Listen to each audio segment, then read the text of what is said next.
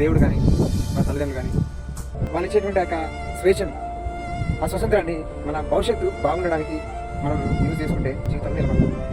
లేదంటే మన జీవితంలో అన్ని పోగొట్టుకుంటాం.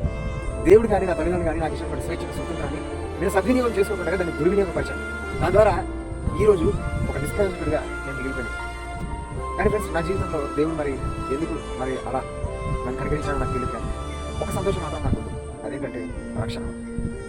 నేను ఈ లోకంలో అన్ని పోగొట్టుకున్న ఒకనొక రోజు ఈ లోకాన్ని విడిచిపెడితే సదాకాలం ఆయన పరలోక రాజ్యంలో ఉంటాను అన్నటువంటి ఒక శుభప్రదమైనటువంటి ఒక నిరీక్షణ నాకు దేవుడు అనుభవిస్తూ వచ్చాడు.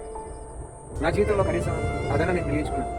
కాబట్టి మీ జీవితంలో అదే కాదు, ఈ లోకరీతి కూడా, ఈ లైఫ్ కూడా మీరు దేవుడి ద్వారా, మీ తల్లిదండ్రుల ద్వారా దాన్ని కాపాడుకుని మీరు ఈ లోకంలో దేవుడి ఇచ్చినటువంటి శాంతి సమాధానంతో మీరు జీవించాలని నేను మనస్ఫూర్తిగా కోరుకుంటున్నాను.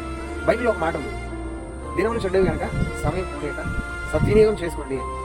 కాబట్టి ఫ్రెండ్స్, దయచేసి దేవుడి ఇచ్చినటువంటి స్వతంత్రాన్ని, మీ తల్లిదండ్రులు ఇచ్చినటువంటి స్వేచ్ఛను దుర్వినియోగం పరచకుండా దాన్ని సద్వినియోగం చేసుకొని మీ జీవితాలను మీరు కట్టుకోవాలని నేను మనస్ఫూర్తిగా